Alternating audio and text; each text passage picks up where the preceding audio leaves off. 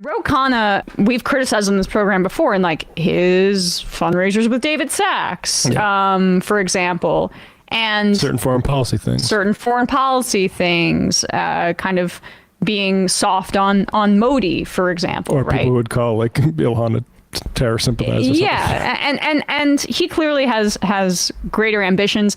I interviewed him back at that event I did a few months ago, where I asked him a lot of these questions, and I didn't love some of the answers, but he seemed pretty straightforward with me. I asked him about the Sachs fundraiser, and he basically said, yeah, I got to take what I can get money-wise for I'm paraphrasing, but at the very least, I appreciated that he didn't just completely give me a BS answer.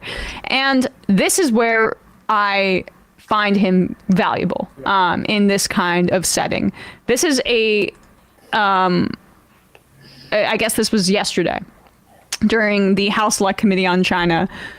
Ro Khanna asks the FBI director, Christopher Wray, about whether pro-Palestine, pro-ceasefire demonstrators are going to be investigated and surveilled by the FBI.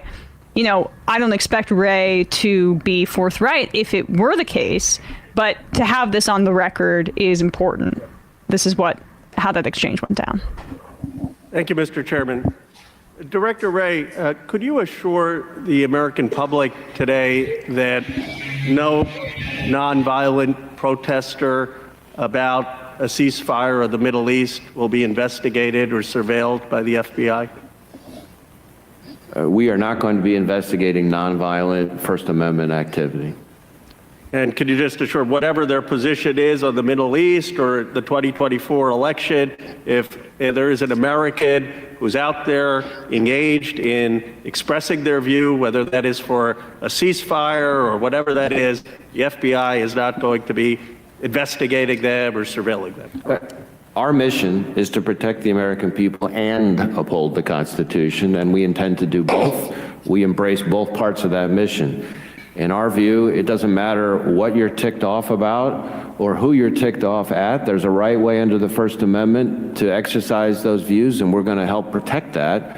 And there's a wrong way to exercise those views, and that's violence and threats, and we are going to investigate by being non-white or on the left. I appreciate your saying that, because I think I share your view that the First Amendment and peaceful protest is at the heart of our democracy. Well, okay, so we know, by the way, that the FBI was infiltrating Black Lives Matter protests, I should say, in the wake of the George Floyd killing.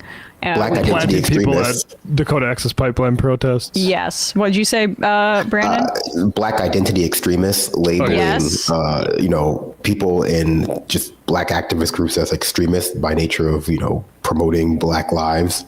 Right. So when he says, as long as they're doing it in a nonviolent manner, that's the caveat that, like, they could potentially investigate based on their opinion that these pro-Palestine protesters are in any way violent. But we have them on the record, and that is important, because this is Ro Khanna very subtly, I think, addressing what the outrageous comments made by Nancy Pelosi, where she said that it is the pro-Palestine demonstrators are serving Putin's agenda, and then when there were ceasefire demonstrations in front of her, she ducked her head out of the car and said, "Go back to China, where your headquarters are." So this is like one of the most powerful she's not the leader of the Democrats in the House anymore, but she's still one of the biggest fundraisers and holds so much sway. I mean, Adam Schiff is like her protege running for Senate at this point. So she still holds a lot of power, Nancy Pelosi.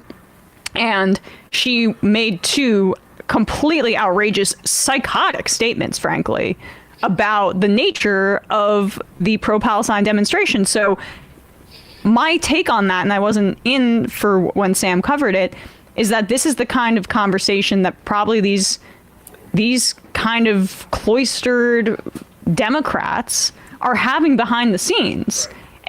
She says this publicly because she's not getting pushback privately, and that means that there could potentially be action taken to investigate them by the FBI. So Khanna getting them on the record is really good there. The insanity of, I mean, just because some people will talk about the what you said about the China thing and say, well, what she's referring to is Code Pink, and the amount that Code Pink got from, say, like a financier with ties to the CCP, like to me, I'll be honest, I think that pales in comparison to what Israel is doing in our politics, including to the caucus that she was supposed to be leading for a while. Right. So like I think it is, like Emma said, insane and it sounds that way, even though you can like peg it to something that happened in the news last fall, that she looks at Palestinian protests and says either this is Putin, which is like just absolutely demented, or because Code Pink had some financing thing,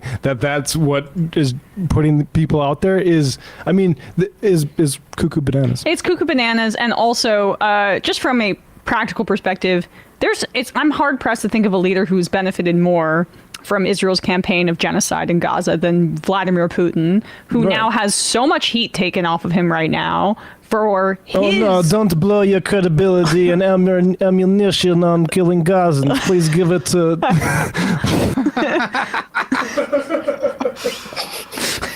I gotta workshop my Putin now. That's what I need to know. That was really good. Yeah, I'd be hard pressed to think he's benefited from it greatly. So much attention is taken off of the war in Ukraine. It's done more for him than, I don't know, anything. Like, yes.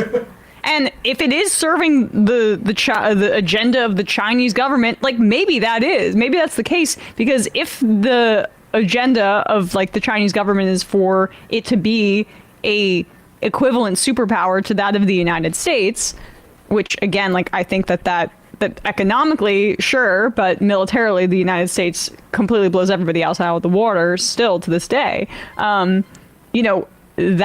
That is the fault of the United States for supporting a pariah state that is committing a genocide. So it's our own fault there.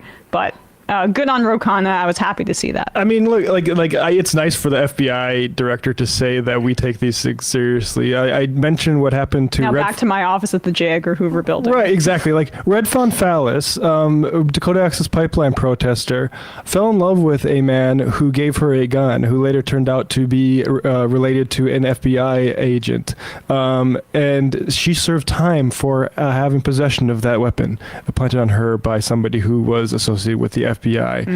She served years in prison for that.